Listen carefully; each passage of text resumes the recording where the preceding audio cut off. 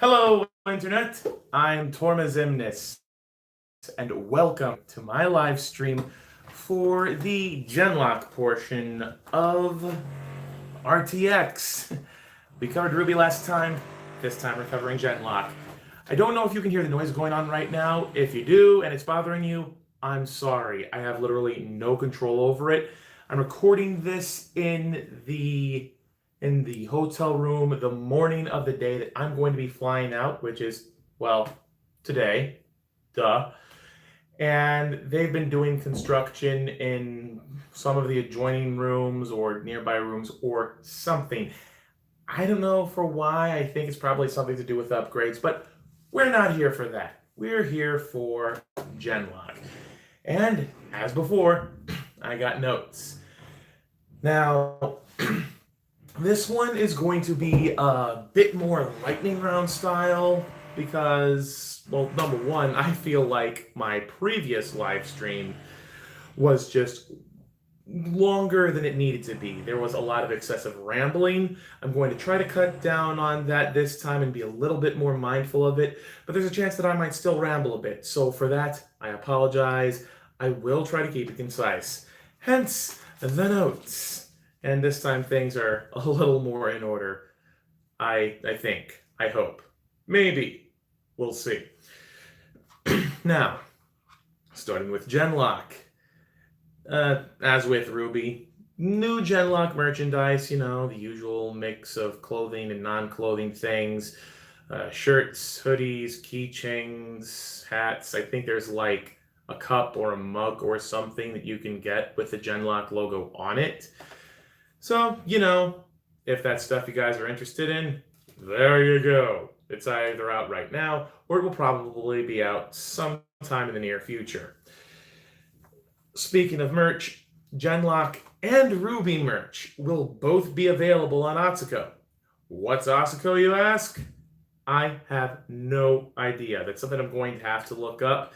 And I might mention that in my more polished video that goes a little more in depth with all the stuff that I learned and a little bit more in order because everything here is kind of fragmented and spread across several different panels, to be honest. So that video is going to just take everything, put it together, and stuff. Now, there's going to be a Genlock Comic.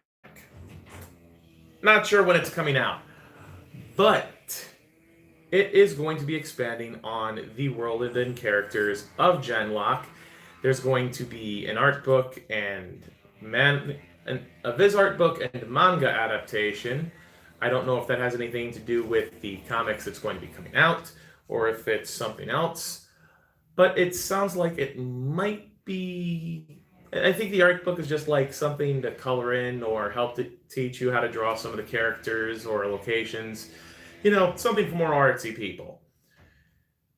And here's one of the big things.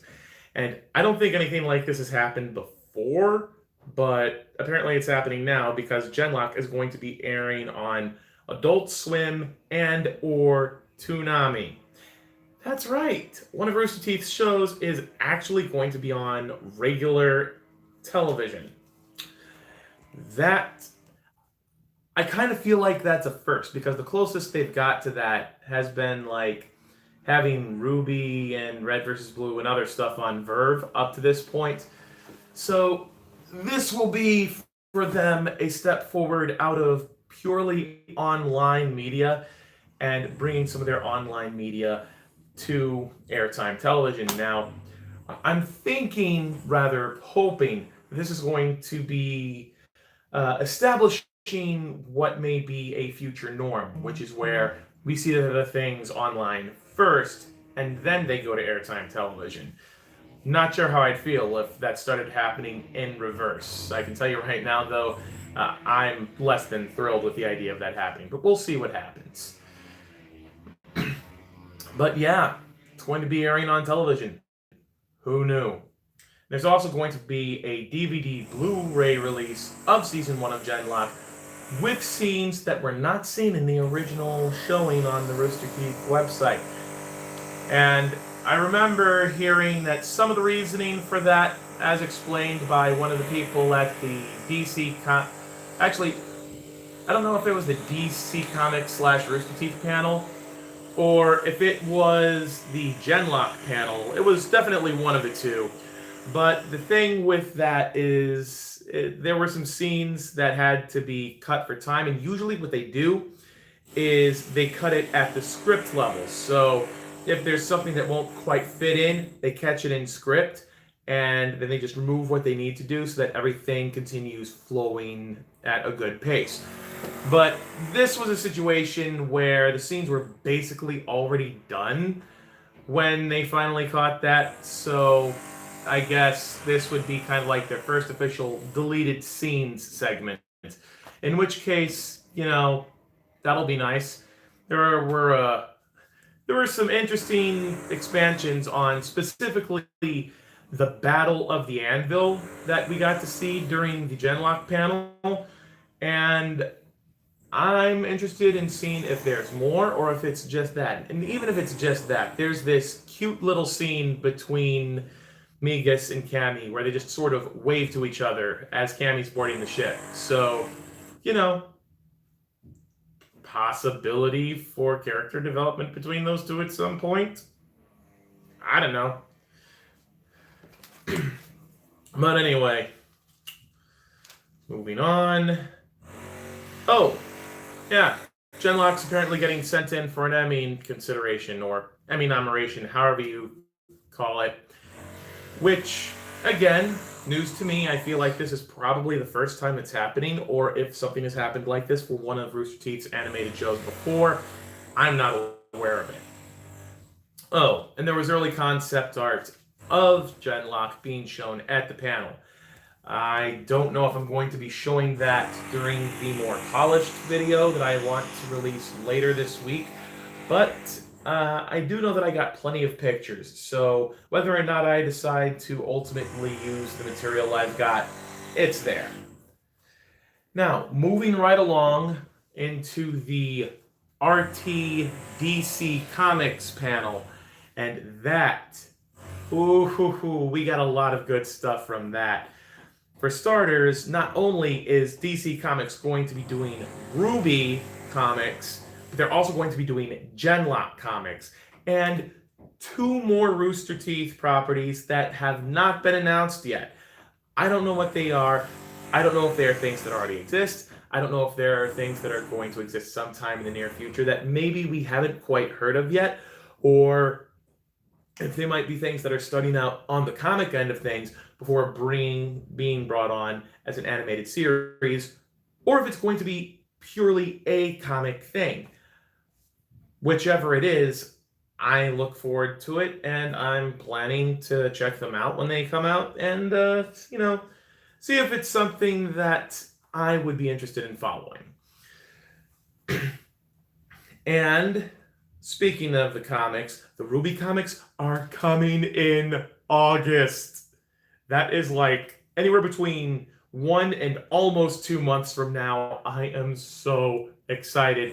And I am definitely going to make sure that I have the money set aside to get those. Because, heck yeah. So, yeah, that's exciting. I'm really looking forward to it. I want to see all of the stuff that they do with it.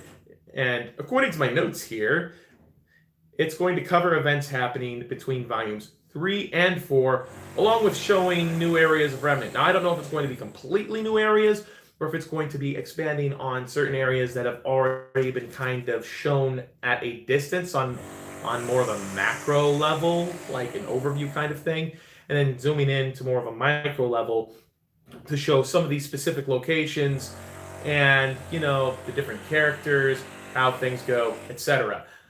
But really looking forward to that. Definitely going to be getting the comics as they get released. Might do videos on them. Again, we'll have to wait and see. Then the Genlock Comics, apparently, I don't know if this is just a working title or if it's what it's actually going to be, but at the panel they termed it as Season 1.5.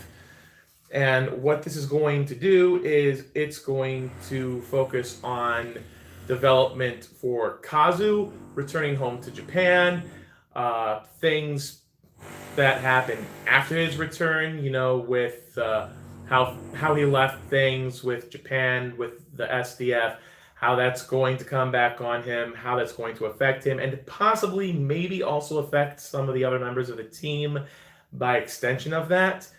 So that will definitely be interesting to get into. It'll be interesting to see more of Kazu's past, possibly even another side of Kazu, and get to know more about the actual character, because I gotta be completely honest, even though Kazu is a member of the Genlock team, he still comes across as more of a guarded individual.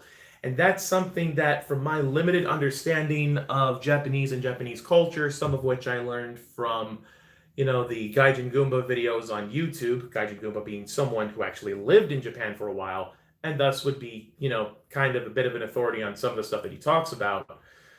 But for the Japanese, they have this thing where they have a version of themselves that they show to society at large, when they're at work or just traveling or whatever, and a version of themselves that they only show to like their close friends, people they really trust, and that is in essence who they really are. You might get brief glimpses of the kind of person someone is, even like with their exterior kept up, but it's like you have to really get to know a person and earn that person's trust if it comes to someone who's Japanese or something that's going on in Japan.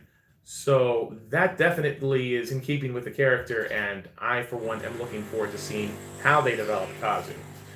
Speaking of developing characters, Cammy is also going to be getting some, well, I was going to say screen time, but, it's going to be a comic, so I guess more just, I can't say view time either because it's not a video.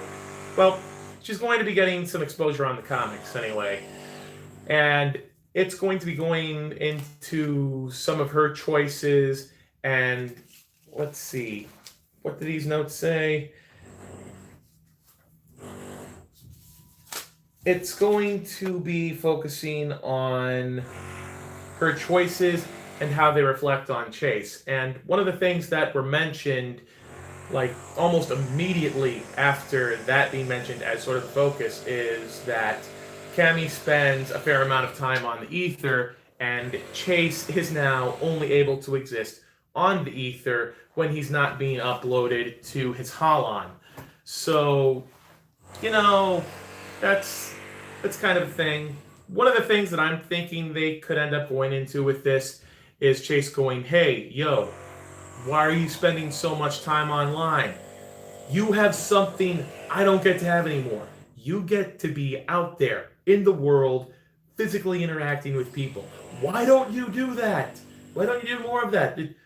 Go make a friend or something. It's probably going to go nothing like that, but I definitely think Chase will probably end up showing some level of concern for how much of a recluse Cammy can be at times, because, she's more, I get the feeling that she's more comfortable when she's like just tinkering with her machinery or when she's online or whatever.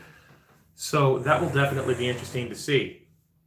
Now, going back to Kazu in Japan, there is going to be a storyline for a siege on Japan, assuming that I didn't get this part wrong, and it's going to show how the Union wages war. So we've seen skirmishes between the Genlock team and the Union, so I'm guessing this is going to be like more of a larger scale, like how the Union plans their attacks, right?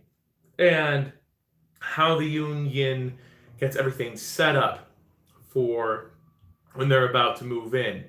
And then after a battle, whether they won or lost, the cleanup detail, covering their retreat if it ended up being a loss, making sure that they've taken care of all of their enemies and have a firm hold of the area if it ended in a victory for the Union forces.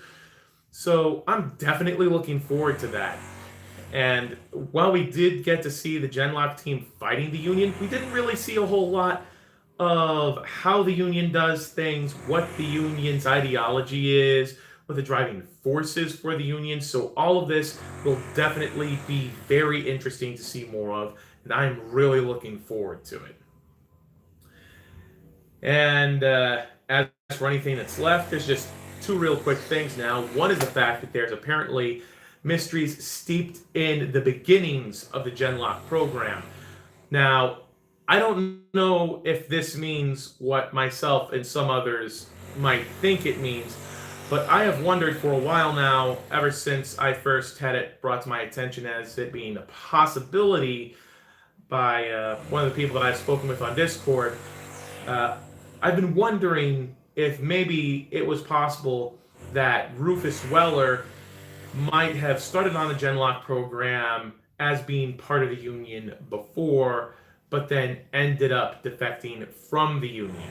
And that would also give a bit of room for backstory and character development between Dr. Weller and I believe it was Yasmin Madrani, if I'm remembering correctly. I'm not entirely sure I am, but I think it was Yasmin. Or if not Yasmin, then whoever was the one with the yellow Holon and had dealings with like people in Russia, or actually maybe not Russia. Was it Germany? I don't know. I'd have to look this stuff up to make sure I'm not getting it wrong, because I probably am. But yeah, that would be a very interesting thing to look into if that's how it happens. If the beginnings of the Genlock program are nothing like that, then it would still be interesting to see how things went at the beginning, as well as possibly some of the more questionable aspects of Genlock, because we already know there was one seriously kind of seriously gray area that Dr. Weller was working within, where he was uploading a copy of Chase's brain every time he was uploading to his Holon, back when it was just him, which is why we were able to still have a version of Chase in Chase's body, even though the original Chase was lost, along with the original Holon that Chase had initially been using that had become the Nemesis Holon, or at least the base for the Nemesis Holons. So that'll definitely be interesting to see how that goes.